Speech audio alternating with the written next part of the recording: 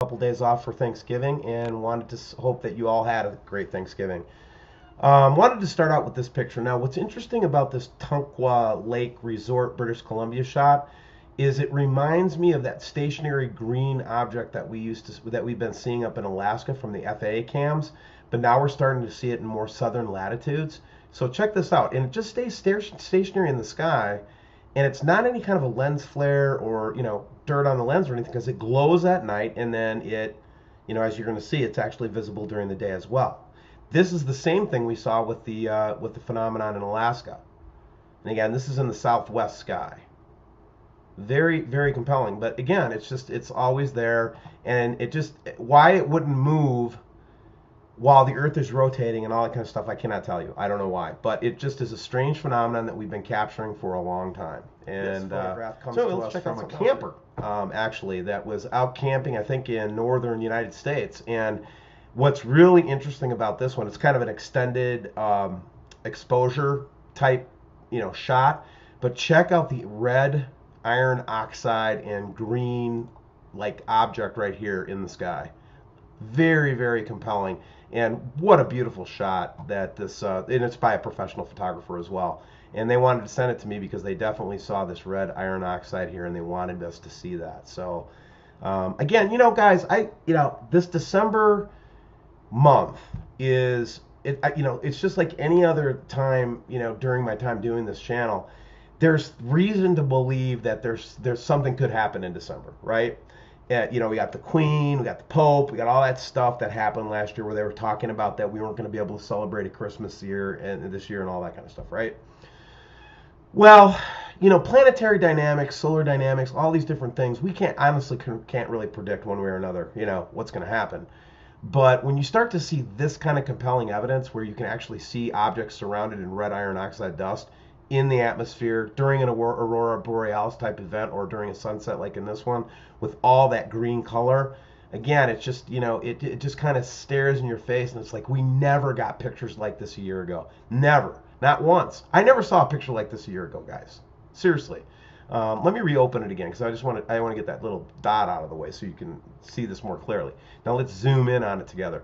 Now, we've been seeing more and more and more of this type of phenomenon where it's just so obvious like this. Look at this. Look at this. This was taken on the 26th today, guys, just a few hours ago. Look at this big, huge red, and that's the green planet, and then look at the red iron oxide dust right there, man. So what I'm trying to say is, if you're, I do think that around the corner, we do need to keep our eyes open in December. I don't know what could happen, but we're seeing some pretty convincing evidence lately, and this picture just blew my mind, guys. Just blew my mind. So George Creek Orchards in Australia. Now, what's really interesting about this, guys, is that we got this weird refraction that we've been seeing for a long time. But I want you to notice a couple of things here. First of all, look at this big globe behind the sun. Okay, what is that? What the heck is that? And then I believe that this right here, I believe that to be the Nemesis star. I've always believed that to be the Nemesis star, and it just gets bigger and brighter. This is way brighter than it was a year ago. But why is this defined? Have you guys ever just thought about why is there this big orb in all the sky cams? Take a look at that for yourself once and just let me know what you think. This is a shout out to Kaylee Hannabis from New Mexico. She's the one who captures the blood moons every month in New Mexico, and she's been doing some great work on sunshots. And she captures this weird object. First of all, there's our green planet, right? We can see the lensing system. We can see all the artificial stuff. But look at this, man. You want to talk about evidence for artificial lighting? I mean, right there you got it, man. That is just crazy. And then, of course, when you start looking at this now with the trained eye, you know that this is the green planet being obfuscated by the sun system, right? But she just captured it and nailed it right here, man. Look at that. I mean, come on, man. You don't think that's an artificial system up there? Then I think you need to reconsider your position. Anyway, this is an interesting one. I wanted to get this, actually just get this photo. Too much dead air here, man. There it is. So that looks like some kind of an object next to the sun, like an artificially controlled craft of some sort. And so you think about the stuff, you guys. You got all these things converging together in this December time frame. I'm not saying it's going to happen or not in December. I'm just a little nervous, and we're seeing more and more UFO activity.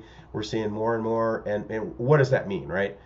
Why are we seeing increased UFO activity? Why are we seeing rocks dropping from the sky? Why are we seeing big green objects in the sky? You gotta really sit down and think about this, you guys. This is not a time to be playing, okay? This is a time to be thinking. And this is a time to be deciding what you're gonna do, okay? Don't be caught flat-footed when this thing goes down, right, guys, man. Okay? I can't play this because I can't afford another copyright strike, quite frankly. But go check out the two cellos. These guys are awesome musicians. They have 1.7 million subscribers on the YouTube channel, 321,000 views on this particular video, but it's called The Show Must Go On. And I'm just showing you this one image. I want you to go check this video out. Artists, production companies, you know what I mean? They're all trying to give us these little warnings, man. And not only is it a very powerful song that they play during this, but the imagery is compelling based on what we've seen before. But I just wanted to point this one out for you guys to go check out because it's the kind of, it just mesmerized me when I looked at it. Sometimes it's the most obvious things in front of our faces that we need to look at. But anyway, let's read this note from Positive Negative Man. Hello, Steve. Thanks for the footage you did at the pipeline, or more like Wounded Knee 2. By the way, we have a ton more footage coming on that. Please check out these pics. We're still, by the way, I'm going to give an update just on the Red Rock thing here in a minute, but check out these pics. It was finally sunny here where I live yesterday evening, and I was walking up the stairs into our house and noticed the sun was setting way farther over than I saw it this summer.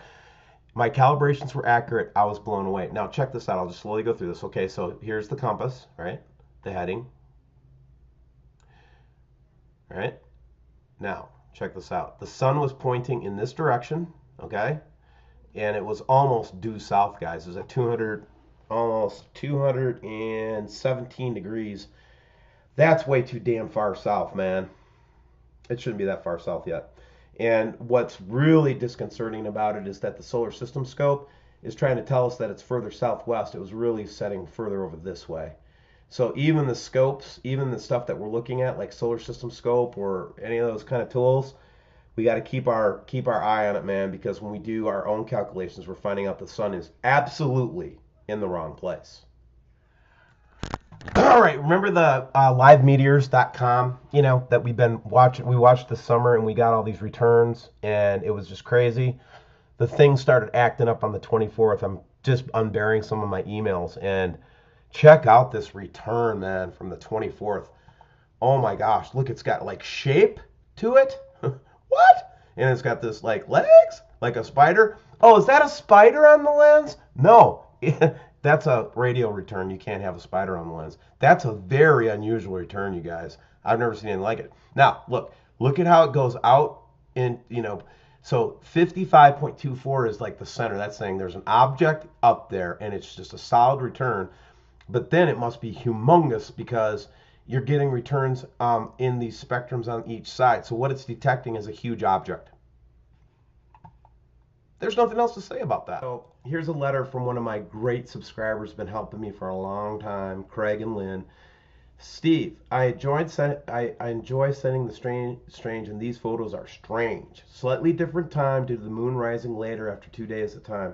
Same cam, same location, Minto, Alaska. One day the moon is red. 2 days later, it is green. What is going on?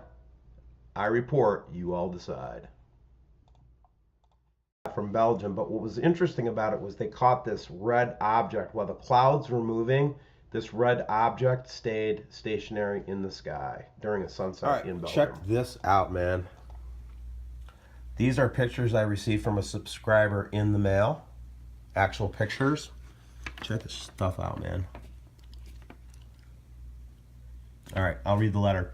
Steve, enclosed are a sample of microscope photographs I have taken over the past 3 years. Pictured are fibers that I've collected from the sky on clear, cold winter nights. Some of them are white, blue, and red. They screamed of GMO, of a fungi nature. This is what is contained in the chemtrailing Note the crystalline materials, minerals growing out of the plant of the like plant fibers. We are breathing this nano junk, okay, in our lungs on a daily basis. No wonder we are still getting sick. On a second note, he wanted everybody to watch the Primer Fields Part 1 and Part 2. They're educational docs that explains how gravity doesn't have what it takes to make objects, but electromagnetics, and we believe that too. But check these out, man. This is the kind of stuff that you see in these is coming out of these chemtrails, man. Look at that. This is a private investigator that did this. Look at this stuff, guys. Unfreaking believable, man. Now, going back to the Daniel interview, he said that a lot of these particulates and things that they're putting up there is try to basically avoid, as long as possible, a lithosphere lock from the rogue planet, right? Or the rogue system. Man, I don't even know what I'm looking at here. You know what I mean? It looks organic, and then in another one it looks like it's some kind of mineral. I mean, this is just trippy stuff. That's trippy, man. What is that? Okay, everybody, let's cut this video off now. And what I want to do is I just wanted to catch up on a few things and just point out some things. All the corroborating evidence. I mean, look, man, several different sources of evidence, and things are happening in the world. We're still in North Dakota right now. I'm going to be there again for a couple days. Ron has been doing some excellent work, and just wanted to let you all know that I love you and that the Lord loves you. And no matter whatever anybody's ever told you before about that, the truth of the matter is he's madly in love with you. And if you've ever been in love with somebody that doesn't love you back, you know how that feels? I'm not trying to guilt you into loving Yeshua, but I do want you to know that the Lord truly loves you. And all you got to do is turn to him, and you will find him. Have a good night.